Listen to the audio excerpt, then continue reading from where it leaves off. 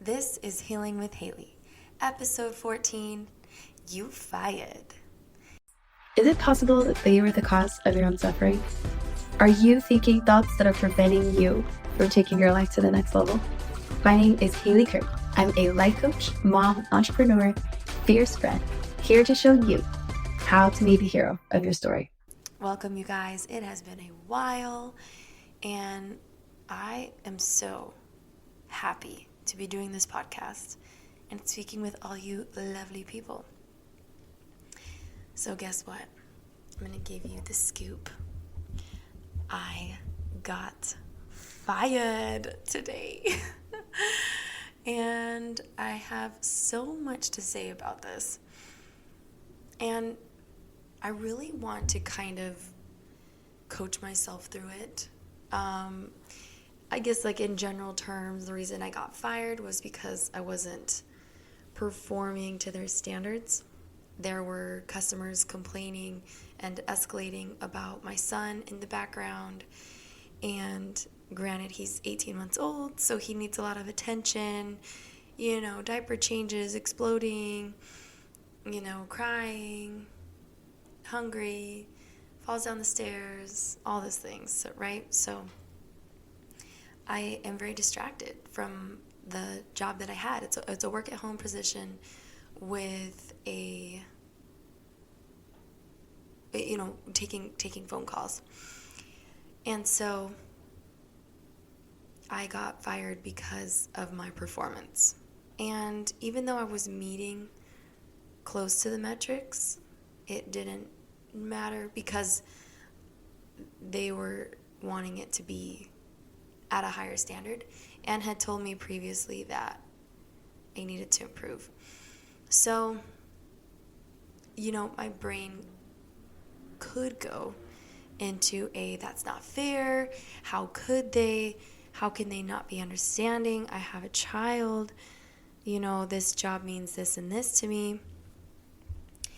And in honest, it was a shock, right? I thought I had more time. The position for me was pretty temporary.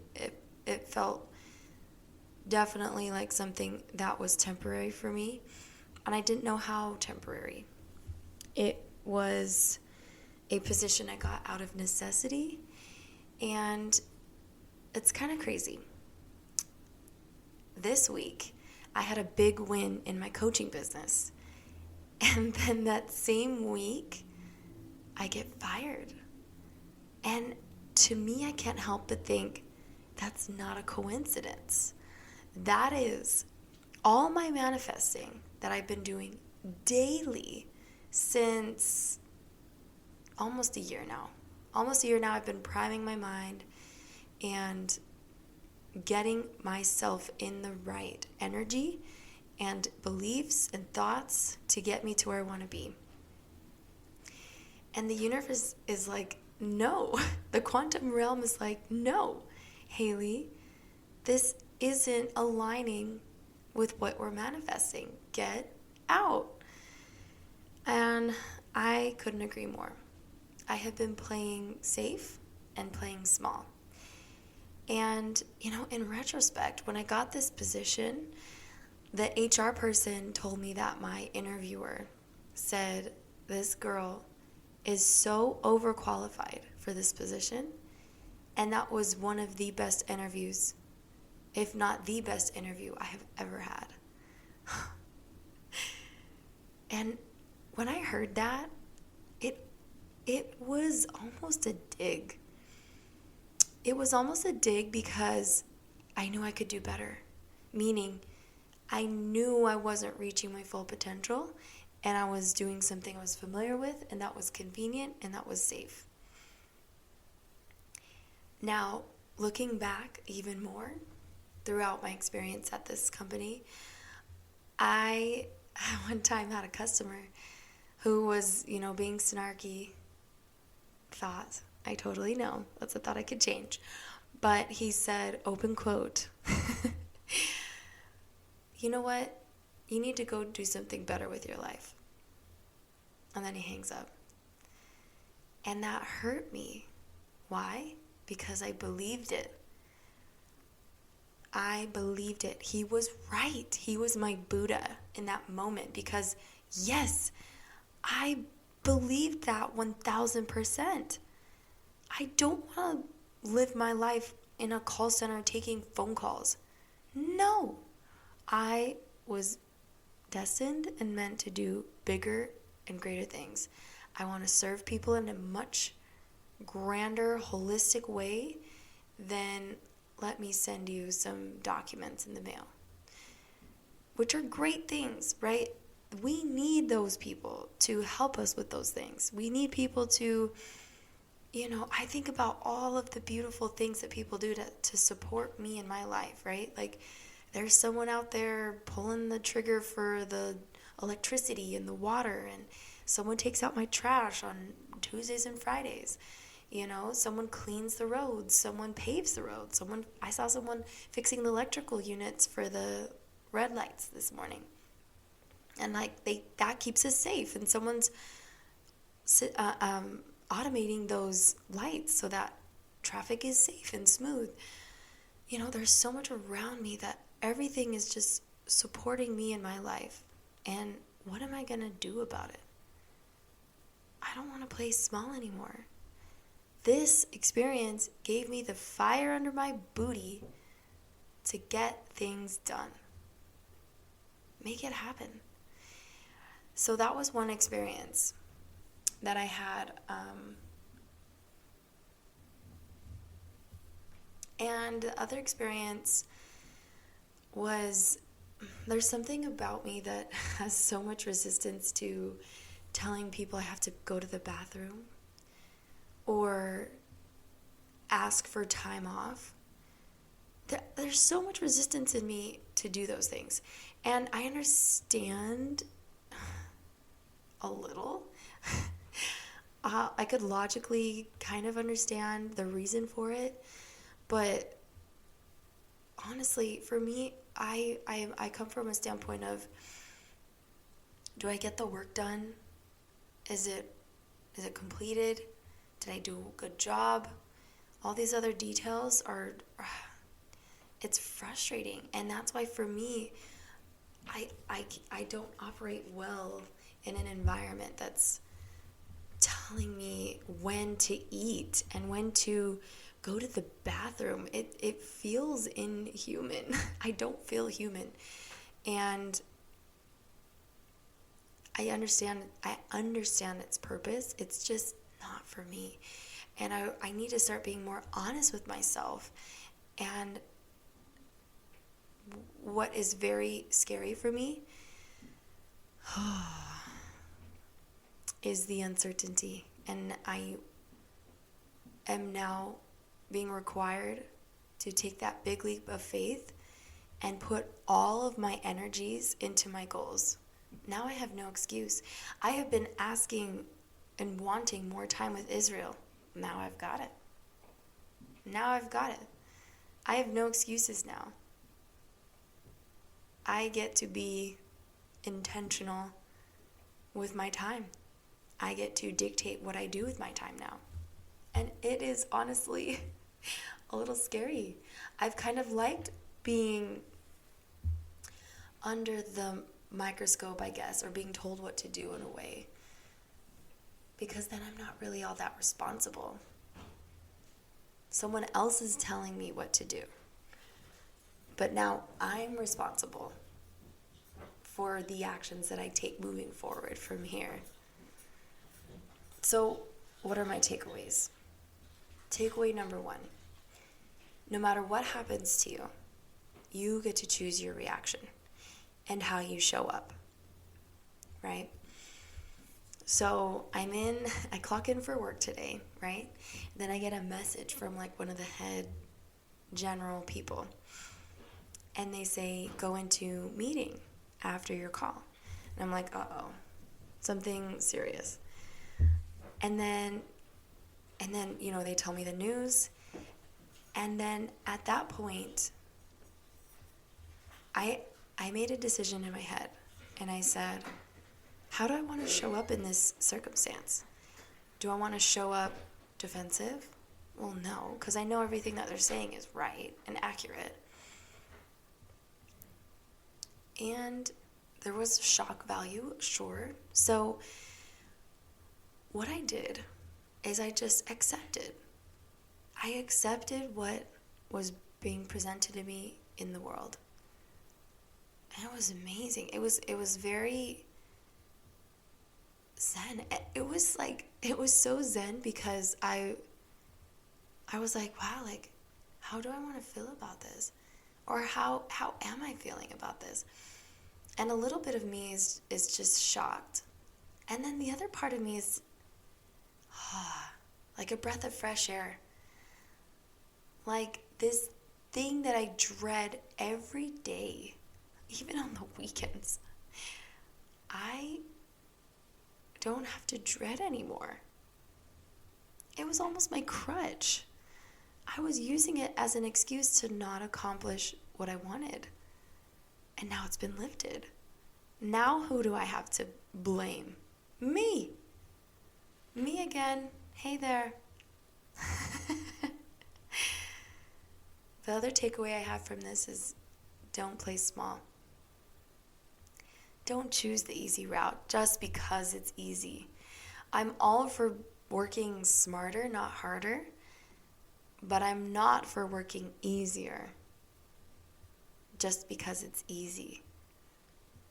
Here's what I mean by that.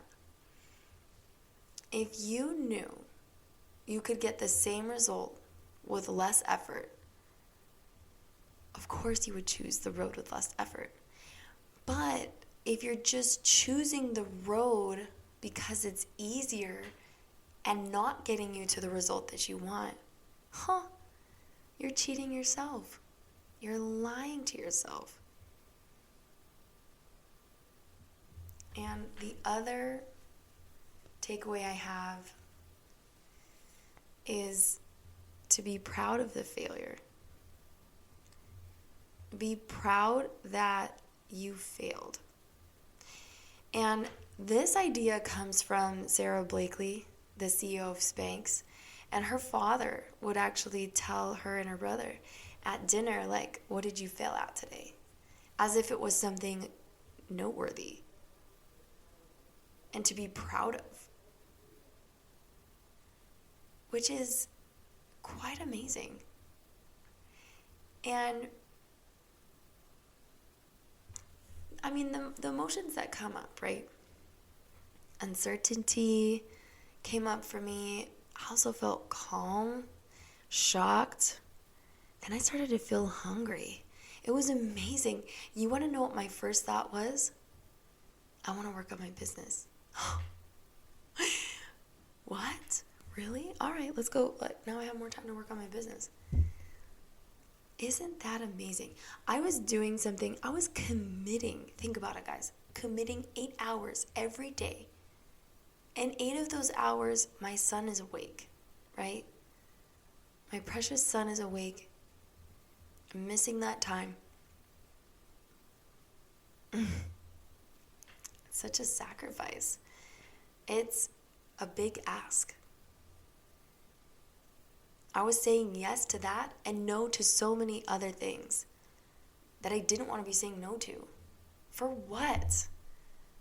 A sucky pay? So that I can have the certainty that the bills will get paid? No. Here's where I'm coming at with this. I heard this the other day and it made me so like a light bulb moment. It was such a moment of awakening for me. And Eckhart Tolle, one of my favorites, he said, "The world isn't there to make you happy. It's there to make you conscious." Dear God, the world isn't there to make you happy. It's there to make you conscious. Wow. Conscious, aware. So everything in my life has prepared me for this moment.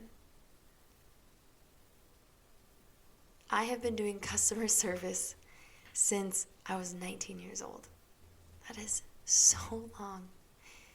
And I keep going back to that field of work because it's what I know, because it's what I'm familiar with, because it's easy. And I'm done, Haley Kirk, playing the easy game. You need to be playing at a higher level. You want to be playing at a higher level.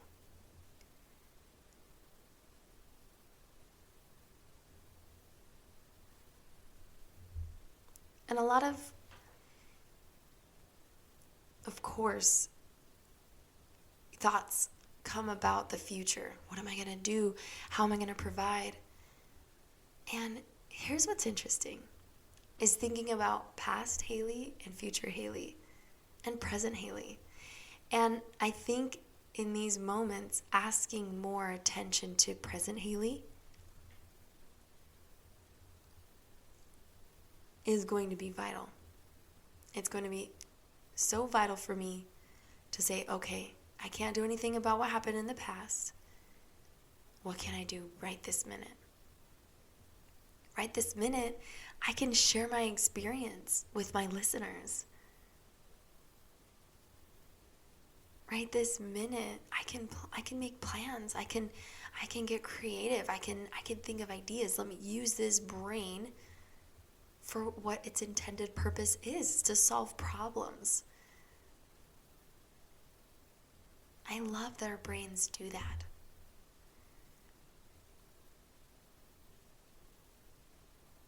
I get to solve this problem. This is a problem I'm going to solve. I am going to take care of me and my son. And how blessed am I to have a worthy cause to fight for? I'm going to protect my home, protect my son. I got me. I got me. Past Haley had me. No matter what happened to me, I always have taken care of myself. And I've been here before. You know, and I've been in disappointment. I've been in rejection. I've been let go before. It's a horrible feeling, right? It doesn't feel good, and I'm getting so much better at being comfortable with the uncomfortable.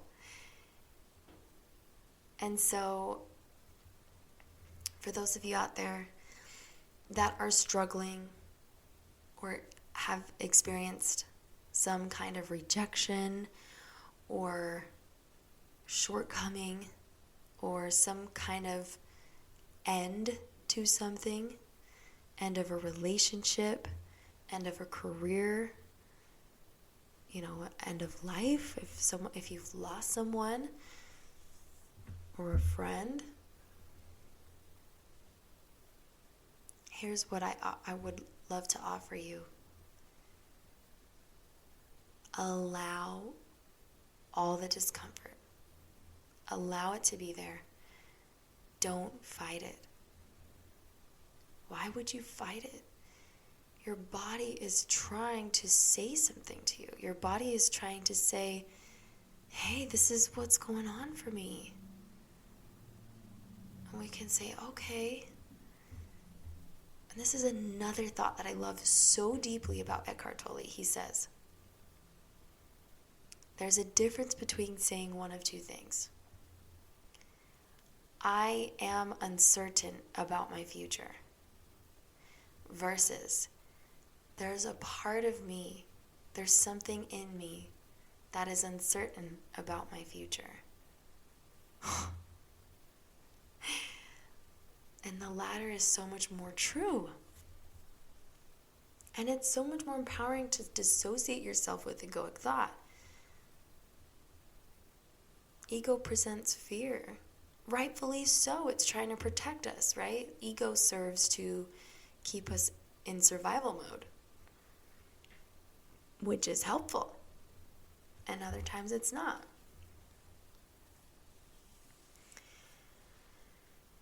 So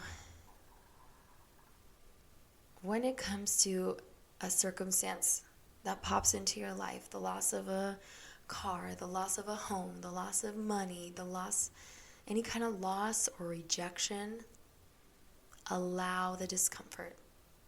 Allow it. Don't fight it. Let the thoughts flood. Just let them be there. And tend to them like a child. Like, I hear you. I see you. I believe you. Oh, I heard that the other day. That's a good parenting technique, to tell your child that you believe them, whatever experience they're having. I believe you. I believe you're having a challenging experience. How validating is that? Validate what you're experiencing and going through. And then number 2, this thought is something that has helped me today, is I have everything I need right now. Everything I need, I have. I have a roof over my head. I have clothes on my body. I have food in my belly and in my fridge and shelves. I have clean water. I have a warm bath that is just waiting for me. I have a comfy bed. I have a beautiful home. I have a beautiful son that I get to spend time with and watch him grow. And I grow tending and nurturing to him. I have friends that love me, that are imperfect but love me, just as I'm imperfect. I have family that loves me. I have transportation. I have opportunities to do exciting things, to learn and to grow. How wealthy am I? And money, the more I learn about money and life, the more I learn it's just a tool. It's a resource. And it will always come back to me if I believe that. Money is a reflection, I believe, of the abundance and energy you exude. And matches the value that you provide into the world. I want to be more valuable to myself, to those around me, and to others. I love what the work I do with my coaching clients, with people who stop me and say, I love your podcast. It helps me so much. Oh man, that is so rewarding. That I've been able to take my life's experience and actually use the tools that I teach to make my life enjoyable, healed, on a healing journey, enlightened, beautiful, precious, sacred. You know, Eckhart Tolle talks about how it's an abstract idea to say my life. It's an egoic thought.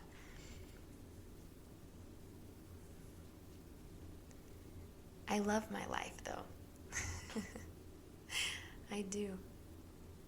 I love my life. I love that I have been pushed to a place now where I believe I don't think it's right for me to continue searching for a occupation or a job that is safe. I believe I am an entrepreneur. I am an entrepreneur at heart. That is the intro of my podcast. I've known that for so long. I've taken all those quizzes and all those fun things you see, and I know it. I'm an entrepreneur and a technician. I see the big picture, and I can put my head down and get working.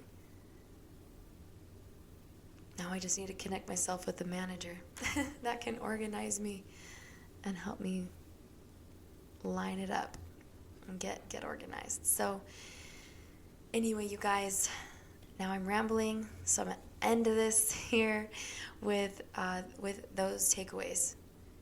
Don't play small. Be proud of your failures. No matter what happens to you, you get to choose your reaction and how you show up. You get to choose how you want to feel. These are all available to you. Now I want to end with my favorite quote. I know I've done it before, I'm going to do it again. Our deepest fear is not that we are inadequate. Our deepest fear is that we are powerful beyond measure. It is our light, not our dark, that most frightens us. We ask ourselves, who am I to be brilliant, gorgeous, talented, fabulous? Actually, who are you not to be? You are a child of God. Your playing small does not serve the world. There is nothing enlightened about shrinking so that other people won't feel insecure around you. We are all meant to shine as children do. We were born to make manifest the glory of God that is within us. It's not just in some of us, it's in everyone. And as we let our own light shine, we unconsciously give other people permission to do the same. As we are liberated from our own fear, our presence automatically liberates others. By Marianne Williamson. Have a wonderful day, you guys. Thanks for tuning in. If you're looking to change your life in 2024, look no further. I have a coaching program built just for you. Each month, we will dive deep into limiting belief systems, thought patterns, habits, and so much more to take your life to a dream reality. Sign up for my 12-month coaching program before spots fill up.